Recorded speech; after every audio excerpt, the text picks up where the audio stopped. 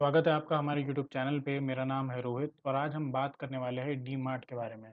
D mart एक बहुत ही अच्छी कंपनी है। इसके ये एनएसई पे लिस्टेड है एवेन्यू सुपर मार्ट्स के नाम से और इसके फाउंडर है श्री राधा किशन दमानी जी। और हम इसके बारे में पूरा जानेंगे, कंपनी के बारे में, फंडामेंटल्स के बारे में, उसके टेक्निकल्स के बारे में और क्या हमें इसे लेना चाहिए या नहीं। वैसे देखा जाए तो ये एक एजुकेशनल वीडियो है। इसमें मेरा कोई रिकमेंडेशन नहीं है ये स्टॉक खरीदने या बेचने के लिए। आपको जो कुछ भी करना है अपने ड्यू डिलिजेंस के साथ करना है, खुद के रिसर्च के साथ करना है। तो चलो आगे बढ़ते हैं। यहाँ पे हम स्क्रीनर पे सबसे पहले बात देखेंगे कि कंपनी जो है, कंपनी के 302 स्टोर्स ऑलरेडी है और वो भी 10 स्टेट्स में है। इनका जो जो जो स्क्वायर फीट है रिटेल का, यानी टोटल सब स्टोर्स का जो आपका जो बिज़नेस करने का जो एरिया है, जो गिना जाता है स्क्वायर फीट में, वो 11.8 मिलियन स्क्वायर फीट से काफ़ी ज़्यादा है। उसमें से महाराष्ट्र में सबसे ज़्यादा स्टोर्स है, 88 स्टोर्स, और गुजरात में 48 स्टोर्स है। और फिर 300 स्टोर्स में से यानी ये 88 और 48 ये है, और इसके अलावा इनके साउथ और वेस्ट रीजन्स में इनका थोड़ा सा कम है अभी फ़िलहाल, बट इनके स्टोर्स बढ़ जाएंगे यहाँ पे। ठीक है, मेन यहाँ पे फोकस करने वाली बात ये है कि इनका स्टेडी स्टोर नेटवर्क एक्सपेंशन, मतलब यहाँ पे क्लस्टर बेस्ड एक्सपेंशन ये मेथड फॉलो करते हैं। क्लस्टर बेस्ड एक्सपेंशन का मतलब ये होता है कि अगर एक मान लो एक सिटी है और वहाँ पे ऑलरेडी 2 डी मार्ट्स है, बट वो सिटी की रिक्वायरमेंट फुलफिल करने के लिए टोटल 5 डी मार्ट्स की आवश्यकता है। तो वो डी जो कंपनी है वो पहले 3 स्टोर्स वहाँ पे खोलेंगी, और वो कंपनी में जो टोटल वो जो सिटी की रिक्वायरमेंट है 5 डी मार्ट्स की, वो पूरी हो जाएंगी। इसके पहले वो उसके आजू बाजू वाली सिटी में, एडजेसेंट सिटी में एक नया डी मार्ट नहीं खोलेंगी। एक ही सिटी में वो क्लस्टर बनेंगे डीमार्ट्स का, जिसके कारण उनका ऑपरेटिंग प्रॉफिट मार्जिन और उनका जो उनका खर्चे है, एक्सपेंसेस, वो काफ़ी कंट्रोल में रहते हैं। स्टाफ के एक्सपेंसेस काफ़ी कंट्रोल में रहते हैं और उनका ऑपरेटिंग प्रॉफिट मार्जिन मार नहीं खाता है। ये क्लस्टर एक्सपेंशन भले ही रैपिड एक्सपेंशन का तरीका नहीं है, बट हालांकि डीमार्ट ने बहुत रैपिडली ग्रो की है अपने स्टोर्स, और ये एक मजबूत तरीका है ग्रो करने का। फिर यहाँ पर एवेन्यू सुपरमार्ट की एक सब्सिडरी है एवेन्यू ई कॉमर्स लिमिटेड, जिसे 5 साल हो चुके हैं जनवरी 2022 में। 500 प्लस पिन कोड्स है, जो कि बहुत ही अच्छी बात है। और यहाँ पर रेवेन्यू है 1600 करोड़ के आसपास का फॉर द ईयर 2022। तो यहाँ पे हमें देखना है 1600 करोड़ जो है, लगभग ये अप्रोक्सीमेटली ये 1600 करोड़ ईयर 2022 के हिसाब से कितना परसेंट बैठ रहा है। तो ये आपका बैठ रहा है डिवाइडेड बाय 30, ये जो फिगर है 30937, यहाँ पे डिवाइड बाय 30,000 पकड़ रहा हूँ मैं। तो ये लगभग लगभग आता है आपका 5%। यानी इनके बिजनेस का टोटल 5% जो है वो इनने ऑनलाइन से कमाया, जो कि ये बहुत अच्छी चीज़ है। इसका मतलब ये है कि जो अपना डीमार्ट कंपनी है वो सोच रही है ई कॉमर्स के बारे में भी। ऐसा नहीं कि इसको कंप्लीट इग्नोर कर रही है। और यहाँ पे आप देख सकते हो डी मार्ट मिनी मैक्स नाम से मुंबई में और हैदराबाद में इनने स्टोर्स खोले हैं। ठीक है, अब ई कॉमर्स के बारे में इनको इनका कंपटीशन बता रहे हैं कि ई कॉमर्स से इनको बहुत कंपटीशन मिल सकता है। मेरी इसमें राय ये है कि जब भी आप ई कॉमर्स से कोई भी चीज़ें मंगाते हो, मतलब सुपर मार्ट रिलेटेड जैसे एफएमसीजी या नॉन एफएमसीजी भी चीज़ें आप मंगाते हो ऑनलाइन, तो आप कितना मंगाओगे? आप मैक्सिमम 10 डेज़ का राशन मंगा सकते हो या कुछ लिमिटेड अमाउंट मंगाओगे। बट जब आप सुपर मार्केट में जाते हो, जैसे डी मार्ट में या जियो में, या आप क्या बोल सकते हैं, रिलायंस में आप जाते हो, तो आप महीने भर का, 2 महीने भर का आप राशन लेते हो। और वहाँ पे बेसिक फैक्टर क्या रहता है? Touch and feel. अब सुपरमार्केट में जाके शॉपिंग करना एक बहुत ही लेजरली चीज़ है और वो एक एक्सपीरियंस बेस्ड चीज़ है। और वहाँ पे आपकी शॉपिंग की जो अमाउंट है और जो वॉल्यूम है वो ज़्यादा रहता है एज़ कम्पेयर टू ई-कॉमर्स। और ई-कॉमर्स का डायरेक्ट कॉम्पिटिशन डीमार्ट या कोई भी डीमार्ट, जियो मार्ट या रिलायंस मार्ट से, इनसे एकदम डायरेक्ट कॉम्पिटिशन नहीं है। ये एक सप्लीमेंट्स है इनके। और ऐसा नहीं कि डीमार्ट कुछ कर नहीं रहा है ये ई-कॉमर्स के बारे में, डीमार्ट कर रहा है।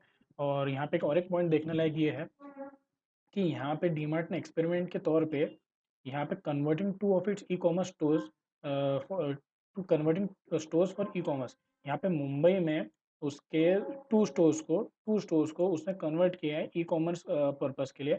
बट यहाँ पे कॉन कॉल रिपोर्ट में आप देखोगे कि जो 2 स्टोर में से एक फुलफिलमेंट सेंटर जो ई कॉमर्स को उसने वापस से कन्वर्ट कर दिया into DMart stores in the first half of 23।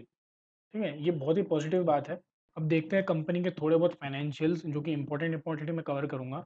जैसे कि यहाँ पे अपना सबसे पहले पीई की बात करते हैं। पी 97.9 है, जो कि मेरे हिसाब से थोड़ा सा ज़्यादा ही है अभी भी। बट फिर भी इसके हिस्टोरिक पी को देखा जाए, यहाँ पर हिस्टोरिक पी जो देखा जाए, इसका मीडियन पी 100 से ज़्यादा है ना, 133 134.4 इसका हिस्टो मीडियन पी बहुत ज़्यादा है। और जब जब इसका स्टॉक प्राइस नीचे आया है, उसका जो पी है वो 90s के रेंज में आया है। जैसे 2000 अपना 20 में जो कोरोना के कारण फिर भी उसका पी 90s के रेंज में नहीं आया था, यहाँ पे 123 है। 2018 की रेंज में आया था एक बार 97 वगैरह की रेंज में। और अभी ये काफ़ी हिस्टोरिक पी के हिसाब से चेक किया जाए तो उसका पी अभी काफ़ी कम है, इतने कम पी पे वो बहुत कम आता है, रेयरली आता है। फिर हम देखेंगे यहाँ पे इसके क्वार्टरली रिजल्ट्स की बात करें तो यहाँ पे क्वार्टरली रिजल्ट्स का सेल सबसे ज़्यादा है सभी क्वार्टर्स को कंपेयर करें यहाँ पे तो। और यहाँ पे जो ऑपरेटिंग प्रॉफिट मार्जिन है वो भी 8% है। वो भी नॉर्मल है 8%, यानी बहुत कुछ बड़ी है, कम ज़्यादा नहीं हुई है। यहाँ पे आपको 10% देखने मिलेगा, बट वो एक हाथ बार ही आई है। जैसे यहाँ पे 10% है, ये रेयर ओकेजन है। यहाँ पे 4% बहुत ही कम है, ये रेयर ओकेजन है। ये 3% भी रेयर ओकेजन है। तो बिजनेस में थोड़ा बहुत कम ज़्यादा होते रहता है, but 8% being the normal scene, ये सिनेरियो अच्छा है। यहाँ पे ऑपरेटिंग प्रॉफिट मार्जिन के कारण ठीक है, कोई फ़र्क नहीं पड़ रहा है। इंटरेस्ट भी नॉर्मल है, अदर इनकम भी नॉर्मल ही है, डिप्रिसिएशन भी नॉर्मल है। यहाँ पे प्रॉफिट बिफोर टैक्स 812 है, हाईएस्ट एवर नहीं है, बट हाईएस्ट एवर हो सकता था अगर यहाँ पर भी 10%, जैसे यहाँ पे 10% यहाँ पे ओपीएम है, यहाँ पे भी अगर 10% होता तो ये हाईएस्ट एवर नेट प्रॉफिट होता था, प्रॉफिट बिफोर टैक्स या नेट प्रॉफिट होता था। बट क्योंकि यहाँ पे 10% है, 2% एक्स्ट्रा देन दिस, इसलिए यहाँ पे हाईएस्ट एवर प्रॉफिट आ रहा है यहाँ पे। ठीक है, फिर भी ये नॉर्मल है, यानी अच्छी फाइनेंशियल कंडीशन है इसकी। प्रॉफिट एंड लॉस स्टेटमेंट देखेंगे जो कि ईयरली रहता है। यहाँ पे आप देखोगे सेल्स मैक्सिमम है, अब तक की इतनी सेल्स नहीं है।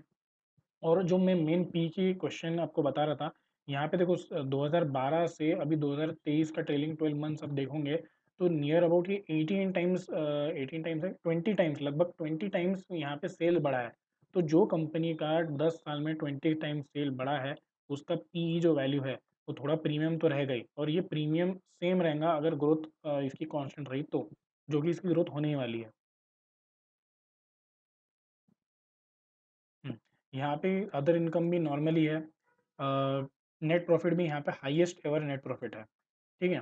और यहाँ पे कंपनी की शेयर होल्डिंग पैटर्न के बारे में बात करी जाए तो जो प्रमोटर की जो होल्डिंग है यहाँ पर 75% से थोड़ी सी कम है प्रमोटर्स की। और ये होनी चाहिए थी 75% के आसपास, मतलब कमी होनी चाहिए, क्योंकि यहाँ पर जो कंप्लायंस एक्ट है सेबी का, हाँ, सेबी का जो मिनिमम पब्लिक शेयर होल्डिंग का जो कंप्लायंस का एक्ट था, उसके हिसाब से प्रमोटर के पास 75% से थोड़ा सा कम, मतलब 75% से ज़्यादा शेयर होल्डिंग नहीं होनी चाहिए।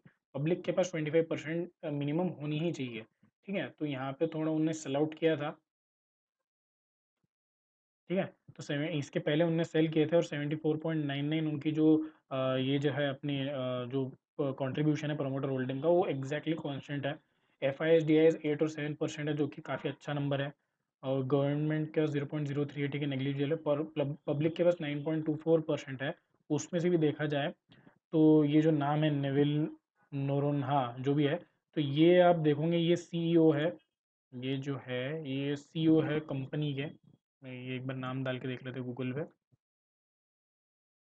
हाँ, यहाँ पर आप देखो, ये है chief executive officer of Avenue Supermarts which owns the DMart retail chain. ठीक है। अब यहाँ पे एक बेसिक एक्सपेंशन का आप देख लो कि डीमार्ट 2002 से 2003 तक के सिर्फ एक ही स्टोर था, और अभी 302 स्टोर्स है। और अभी भी फर्दर एक्सपेंशन बचा है, क्योंकि यहाँ पर आप देख सकते हो कि CWIP जो बैलेंस शीट में है आपका, यहाँ पे है टोटल 1000 करोड़ का वर्क अंडर प्रोसेस है, यानी नए डिमांड्स और बन रहे हैं। ठीक है। अब आ जाते हैं टेक्निकल एनालिसिस के ऊपर। यहाँ पे आप देखोगे तो मेनली स्टॉक जो है ना, वो अपने लाइफ टाइम हाई से, वो अपने लाइफ टाइम हाई से अभी करंट प्राइस 39.87, लगभग लगभग 40% गिर चुका है। अभी जब ये हमने इसकी बैलेंस शीट देखी है, तो ये जो स्टॉक है, ये इसकी फाइनेंशियल कंडीशन अभी काफ़ी अच्छी है। इसकी balance sheet, profit and loss statements, quarterly results काफ़ी अच्छे हैं। और ये स्टॉक है वो 40% डाउन है अपने लाइफ टाइम हाई से। ठीक है। और हम मूविंग एवरेज भी एक बार देखेंगे यहाँ पे, इंडिकेटर मूविंग एवरेज का, एक्सपोनेंशियल मूविंग एवरेज में यूज़ करता हूँ।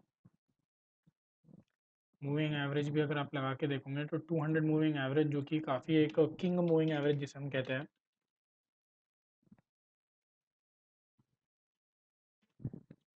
जिसे हम एक किंग मूविंग एवरेज है, ये जो है 200 मूविंग एक्सपोनेंशियल मूविंग एवरेज से नीचे अवेलेबल है, और ये एक अच्छी वैल्यू बाइंग जोन है। और अगर इसके हम पुराने सपोर्ट्स अगर मार्क करें, तो ये पुराने सपोर्ट्स कुछ यहाँ पे है, एक सपोर्ट यहाँ पे है, और एक सपोर्ट कुछ ये वाली रेंज पे है।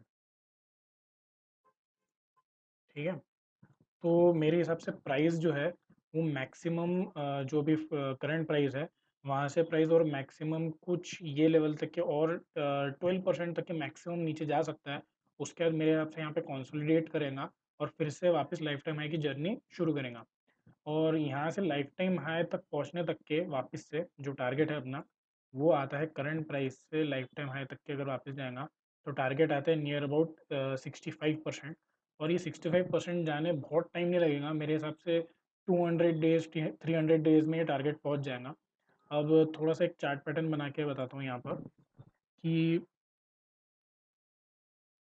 यहाँ पर एक नेकलाइन बन रही है, कैसी भी हम नेकलाइन ले लो, ये एक नेकलाइन है समझो। ठीक है, अब यहाँ पर एक किस हिसाब से बन रही है कि ये एक complex cup with handle further बनेगा, अभी बनने का है। जैसे कि यहाँ पर जैसे कि यहाँ पर अभी इसने ऐसा एक मूवमेंट रेस किया, फिर यहाँ से फ्यूचर में वो यहाँ जाएगा, और फिर से एक छोटा सा एक वापस हैंडल एक या दो बनाएगा, और फिर यहाँ से लाइफ टाइम हाई की जर्नी फिर से शुरू करेगा। तो यहाँ से, ठीक है, तो यहाँ से लाइफ टाइम हाई की जब भी जर्नी शुरू करेगा, तो मेरे हिसाब से अभी करंट प्राइस से लगभग लगभग 200 डेज या 300 डेज पकड़ लो, 250 पकड़ लो, एक बीच का अमाउंट पकड़ लो, 250 डेज के आसपास जो है, 250 डेज, हाँ, 250 डेज और मेरे हिसाब से डीमार्ट अपने लाइफ टाइम हाई तक पहुँच सकते हैं। बस एक प्रेडिक्शन है कि इतने दिन और लगेंगे, यानी अक्टूबर 2023 तक के ये पहुँच सकते हैं अपने लाइफ टाइम हाई तक के। एक बस एक प्रेडिक्शन है, और कुछ ऐसे कुछ इसमें एनालिसिस नहीं लगाया मैंने। जहाँ तक की बात है डीमार्ट के कंपटीशन की, जैसे रिलायंस के साथ है और जो अपने जियो मार्ट के साथ है, तो ये कंट्री बहुत बड़ी है, यहाँ की पॉपुलेशन इंक्रीज़ हो रही है, यहाँ पे पर कैपिटा इनकम इंक्रीज़ हो रहा है, और सिर्फ एक प्लेयर पूरा 100% मार्केट शेयर नहीं ले सकता है। और कंपटीशन बहुत ज़रूरी है दो तीन प्लेयर्स के बीच में, क्योंकि इससे उनका एक हेल्दी एक पुश मिलता है उनके सेल्स बढ़ाने को, नेट प्रॉफिट बढ़ाने को। तो एक किसी भी एक अकेले प्लेयर का डोमिनेंस सही नहीं है।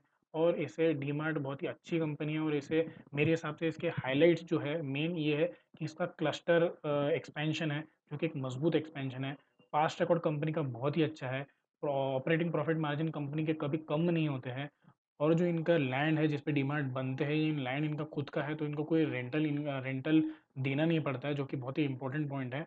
और कंपनी ऐसा नहीं है कि एक्सपेरिमेंट कर रही है ई कॉमर्स को लेके, छोटे मिनी स्टोर्स को लेके एक्सपेरिमेंट कर रही है, यानी कंपनी कंसर्न भी है। तो ये बहुत अच्छी अपॉर्चुनिटी है डीमार्ट बाय करने की।